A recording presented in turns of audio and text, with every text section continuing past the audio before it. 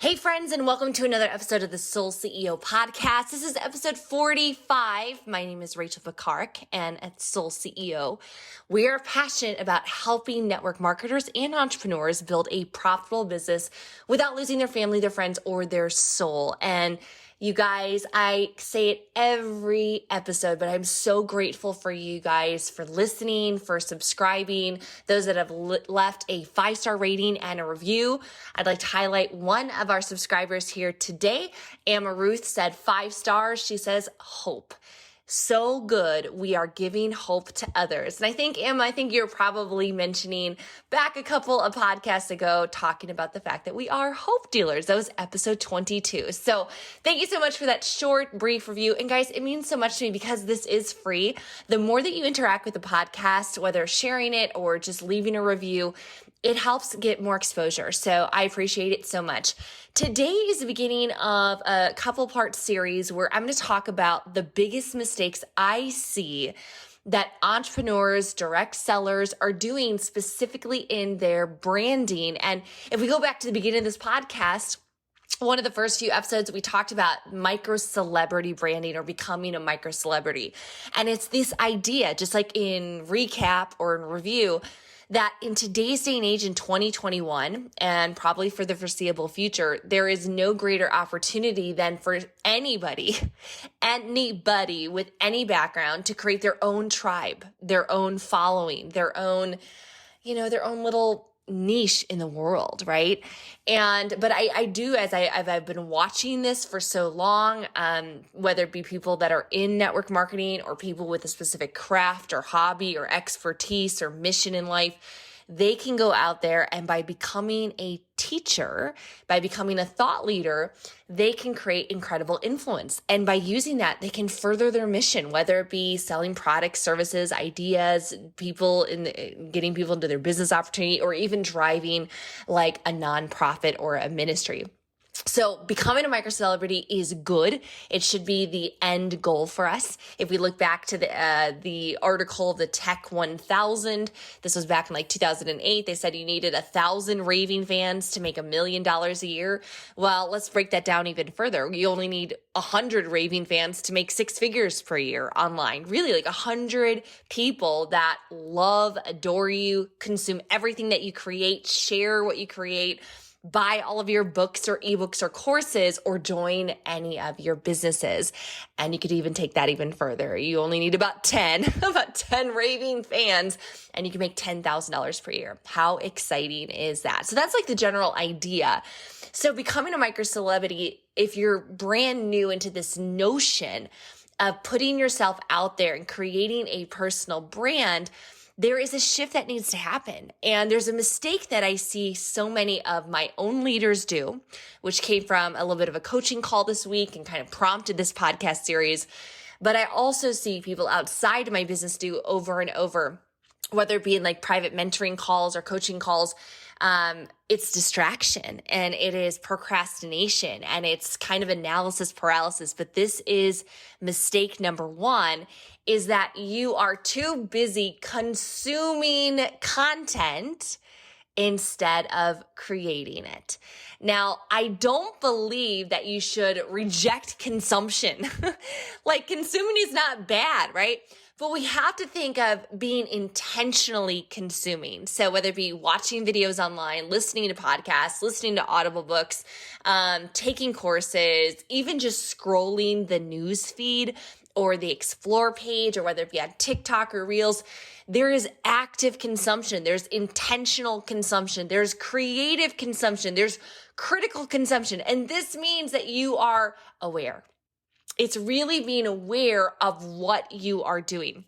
Let's take in part of, let's say you're wanting to learn everything there is about an app or like social media, or you're wanting to become viral. Well, if you're wanting to become viral on something like Instagram or let's say TikTok, it would make sense to look at what pieces go viral, right? And I shared this with a coaching call earlier this week, and I said, part of my day is, especially right now with Instagram Reels, is I actively and critically consume Reels. So I sit down in between calls or before bed or, in the morning after my spiritual practices, And I'll spend, 10, 15, 20 minutes scrolling through. And part of it is entertainment, right? It's kind of like you're numbing out, dumbing out. But really in the sense of like, I'm really intentional. I'm looking for what is the music that's popular right now? What are the trends that are popular right now? What is getting a lot of likes, a lot of interaction?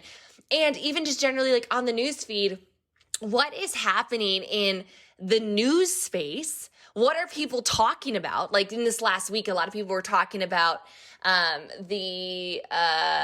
what was it? The rap singer, hip hop singer, I think it's like Lil Nas or something. And he went out there and in conjunction with MSCHF, Lil Nas X created something called Satan shoes.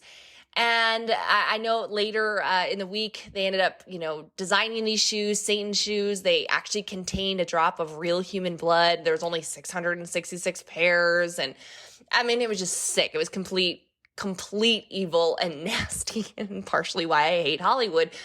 But I saw that information being shared and I wanted to jump on it and start a dialogue. And I did one little post. I ended up getting over 250 likes, 250 shares, hundreds of comments, thousands of interactions when you add in Instagram and Facebook combined. And so I saw a trending conversation and I jumped on it. That created visibility, right?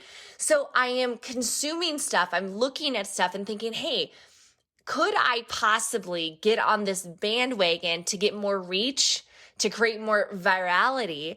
And also to maybe share my point of views, my perspective, my values that could draw my ideal audience closer into me. I've shared many a times in the past that doing this specifically about really trending conversations and jumping on them quickly has gained me a ton of new followers. Even in the last week, I ended up seeing there was a reel. And it's a song by Imogen Heap. It's like, what you say? I'm not going to sing, what you say? I don't know if you guys know that song by Imogen Heap. And it's a reel or a TikTok where you're kind of falling away in the first frame. And then in the next frame, you're kind of doing like a little leaning back dance because it all ended up okay. Like the sky was falling and then there was an epiphany or something was done. And now you're, doing well or it all worked out for good or whatever. I saw that trend for a while, and a couple of weeks ago I jumped on it and I made a very simple reel. And the funny thing was it actually had nothing super to do with my brand. I mean, a little bit, because my brand is to Christian network marketers, faith-based network marketers. But I shared the story at, the first frame. Oh, the sky is falling. What did you say? Right. Oh God. Sorry about that.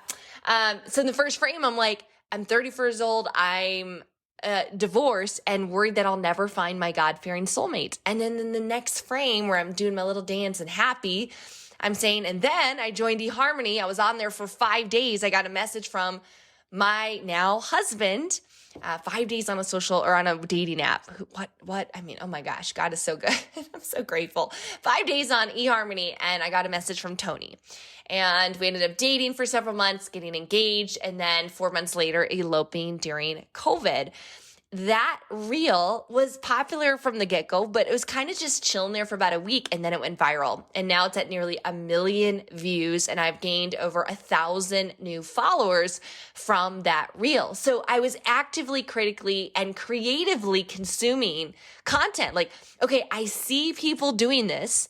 How could I take this trend and then replicate it for my brand?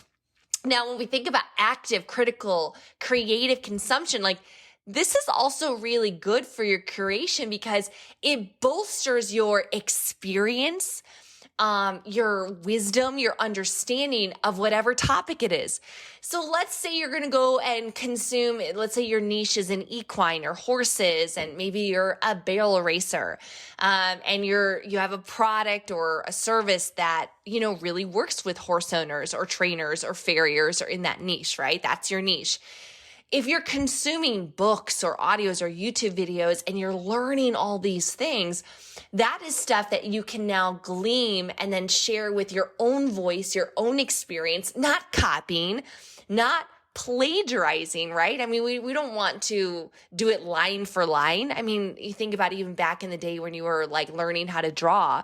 I was always really impressed by good artists. I love drawing. I love painting. It's a natural gift of mine.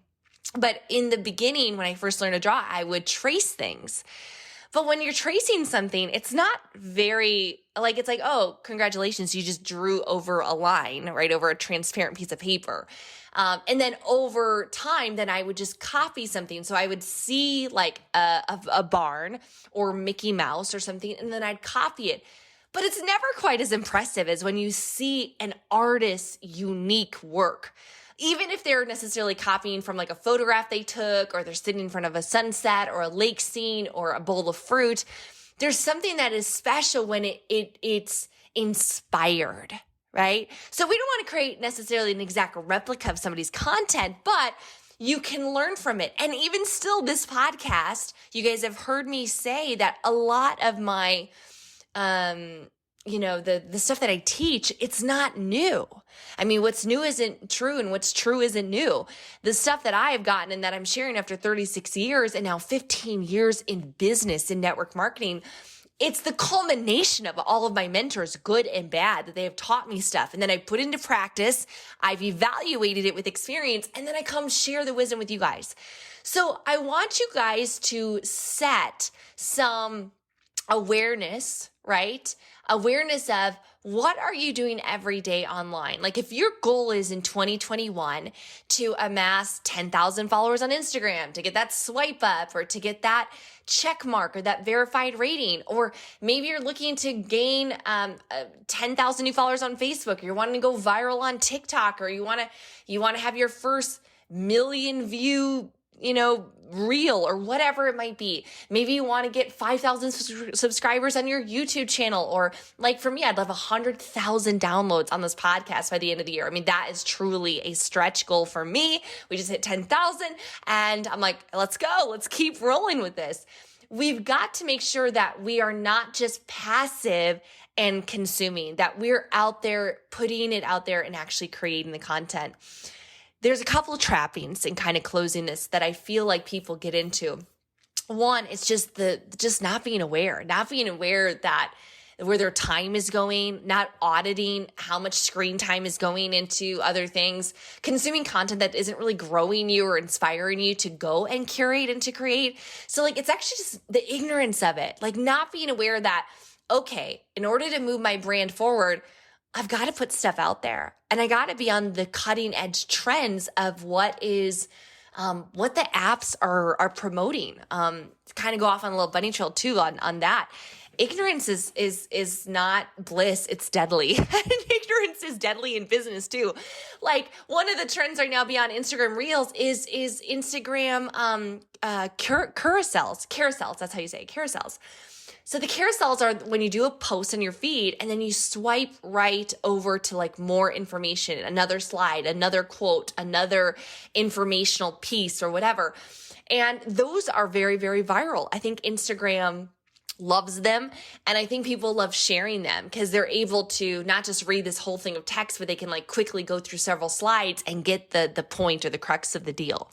So ignorance is deadly. You want to make sure that you are aware. You're aware of where your time is going. You're aware of what's best for the apps. You're aware that like, hey, I need to be super intentional every day. Like, don't leave that app without creating something. Don't go one day without posting. Don't go one day, maybe if going live is your thing, don't go one day without doing a video. Don't go one day without doing stories. Like, if you want to move your brand forward, you've got to be aware of what is the most important thing with that platform, okay? The second thing I think is that we still suffer with imposter syndrome, and I deal with this, battle it all the time. And there's a little voice in a lot of our heads that says, well, there's so many other experts out there. Well, there's so many other people teaching the subject that are better, brighter, smilier, better looking, more successful than you are, younger, prettier, whatever. And the truth is, that is true. There is always going to be somebody better than you, bigger than you, brighter than you, more successful than you, more attractive than you, bigger bank account than you, more of a stack, more experience. There always will, but they're not you. They're not you. And even in my industry, there's a lot of people in my tiny little niche that teach network marketing. But then I was truly like humbled, I think, in realizing like God has planted me here for a reason. He has planted you where you are at for a reason.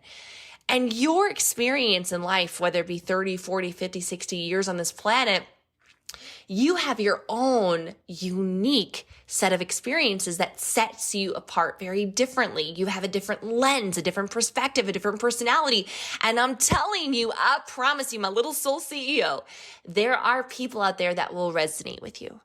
And you don't need many, right? Going back 15 minutes ago, you don't need many. You need maybe 10 or 20 to make a few $1,000s a year. You might need like 100 to pull in 6 figures. And if you can do more than that, I mean, holy moly, off to the races. But that imposter syndrome, we got to tackle that. It's better to start imperfectly than wait for everything to be perfect, for all of your branding and all of your logos and your perfect news feed or your feed on Instagram to be the complete aesthetic. Like, no, just start now. Start while you're bad. You've heard me say you got to be bad before you're good, good before you're great. You have to be great before you're world class. You've got to do the time right now. And you've got to test and figure it out. And you got to find your voice, whether that be through audio like a podcast, whether that be through written word in posts or articles or blogs, or whether it be through video, which is the number one way to really create an exceptional connection and rapport with people. So identifying that imposter syndrome and really slaying it. And here's the wonderful thing, bringing in quantum physics. We know by the law of inertia that an object in motion stays in motion. So getting started in not being just a consumer, but being a content creator or a curator, that once you get the ball rolling, you're going to start to develop habits. You're going to start to almost create, I would say even Dr. Carolyn Leaf would probably say that it's new neural pathways. And so in my brain, I don't have to consciously think too much to post. I do still think what to post. I think about what my audience and my perfect prospects wants to hear that will identify, but I don't really have to think to post anymore, right? It becomes habitual. And I will tell you guys that I know that there's a lot of fears in creating because there's going to be haters. You're going to put yourself out there. And it's true. It is true, guys. The bigger that you are, the more, the bolder that you are, especially if you're someone of faith and you're going to lead with that as part of your core foundational principles and values, the world is going to come against you. But you could seriously be, and then what's the phrase, the juiciest, yummiest, most incredible peach on the planet, and there's still going to be people that don't like peaches. Don't let the peach haters prevent you for curating content, because there is a section of the population that will die for your peaches. They're looking for your peaches. They're praying for your peaches. They need you to step out in faith without fear, to put your message out there, And so whether it be ignorance, whether you're not super aware, whether you still have the imposter syndrome, you're not being intentional, really think on these things and be like, why am I in procrastination? Why am I just a perpetual consumer? And at what point am I going to be bold and I'm going to be consistent and I'm going to just push through even when there's very little likes and very little views? I'm going to keep pushing through because I know the big break is coming. I did a reel a couple of weeks ago and it was to the song Started from the Bottom, Now We're Here, right? And I did that because I love seeing Facebook memories because I can see my posts from 10, 11, 12 years ago. And guys, there was no likes, there was no comments, there was no interactions. I didn't start with 300,000+ followers, right? You've got to start somewhere. And once you start paying that price of success, then you're going to see the results on the back end. So First of a couple of mistakes that I see people making in their branding or trying to build a following is getting stuck in passive consumption, numbing consumption, and not stepping out to be that thought leader, not putting yourself out there consistently, predictably. And if you are consuming, right, don't copy, get inspired by it and see who it is. Like, how could you put your own little, I don't know, flavor on it, right? Your own little, extra vibe and, speciality and all that sort of stuff. So I hope that this blesses you here today. Share this with your team and your leaders who are struggling. Say, you know what? Just got to go do it. Rip the Band-Aid and start becoming a creator. I'll leave you with this quote. The one that makes the money is the one holding the marker. That is an old quote of network marketing back in the day of hotel meetings and in-person meetings where they'd go in front of a whiteboard and draw sticks and circles. And it was always the top earner doing the presentation. Well, guys, in 2021, it's not about holding the marker. It's about doing the lives. It's about doing the posts. It's about building the tribe and the community and sharing your message, speaking online in whatever capacity that you choose to do it, written, audio, or video. So do not just consume, create, share this. I love you guys. I pray that God blesses you today as you abide in Him this week, and stay tuned for more tips on the next episode.